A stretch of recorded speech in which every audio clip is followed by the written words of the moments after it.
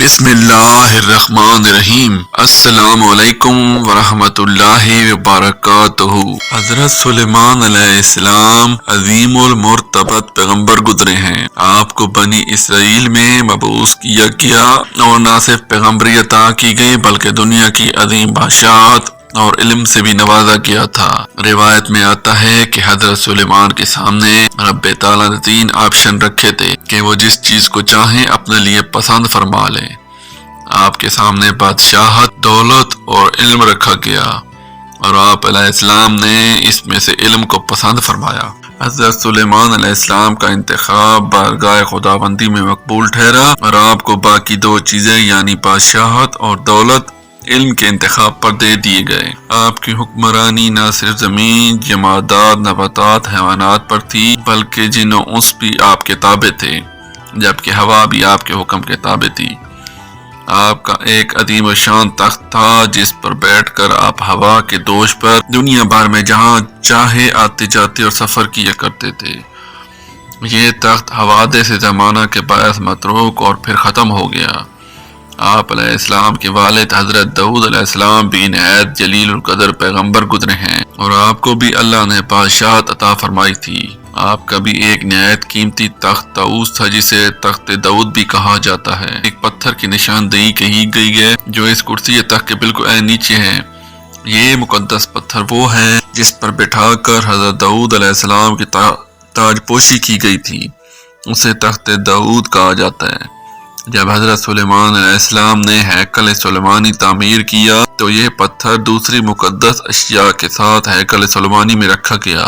جب سن 70 میں رومیوں نے فلسطین پر حملہ کیا تو لاکھوں یہودیوں کے قتل عام کے ساتھ ساتھ ہیکل سلیمانی کو بھی گرا کر تباہ کر دیا۔ ٹائٹس نے یہی پتھر بھی ساتھ لیا اور اسے روم میں لا کر رکھ دیا۔ روم کے بعد یہ پتھر آئرلینڈ لایا گیا، آئرلینڈ سے سکاٹ لینڈ لایا گیا۔ آئرش اور سکاٹش بادشاہ اسی مقدس پتھر پر بیٹھ کر تاج پوشی کی رسم ادا کیا کرتے تھے۔ سکاٹ لینڈ سے یہ پتھر انگلینڈ لایا گیا۔ انگلینڈ میں بھی برطانوی بادشاہ اسی تخت داؤد پر تاج پوشی کی رسم ادا کیا کرتے تھے۔ یہ پتھر اس وقت ویسٹ منسٹر ایبے برطانوی پارلیمنٹ کے ساتھ چرچ میں موجود ہے۔ یہودی اس تخت داؤد کو اس کی اپنی پرانی جگہ یعنی تیسری بار تعمیر کیے جانے والے ہیکل سلیمانی میں دوبارہ رکھنا چاہتے ہیں۔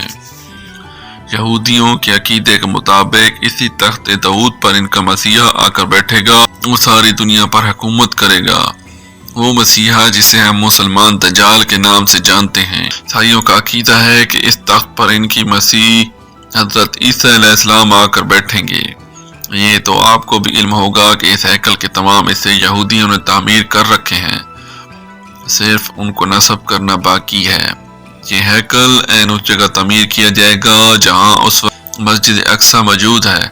اس مقصد کے لیے گنبد صغرا اور مسجد اقصی کو شہید کیا جائے گا۔ اور یہ بھی آپ نے سنا ہوگا کہ یہودیوں نے مسجد اقصی کی بنیادوں کو خفیہ طریقے سے مشینری استعمال کر کر کے کمزور کر دیا ہے۔ کیا یہ سب آسان ہوگا؟ ہرگز نہیں۔ جب مسجد اقصی جو کہ مسلمانوں کا قبلہ اول ہے گرائی جائے گی تو کمزور اور بکھرے ہونے کے باوجود مسلمان اٹھ کر کھڑے ہوں گے، چاہے کوئی سنی ہو، شیعہ ہو، وہابی ہو یا دیوبند ہو، اپنے قبلہ اول کی شہادت کو کسی صورت برداشت نہیں کریں گے۔ اس معاملے میں آج بھی تمام مسلمان متحد ہیں۔ نتیجے میں آخری عالمی جنگ شروع ہوگی جس کے بارے نبی کریم صلی اللہ علیہ وآلہ وسلم کی پیشن گوئیاں موجود ہیں۔ وہ اتنی خوفناک جنگ ہوگی کہ حدیث پاک میں ہے کہ اس جنگ میں اتنی خونریزی ہوگی کہ زمین لاشوں سے اٹ جائے گی۔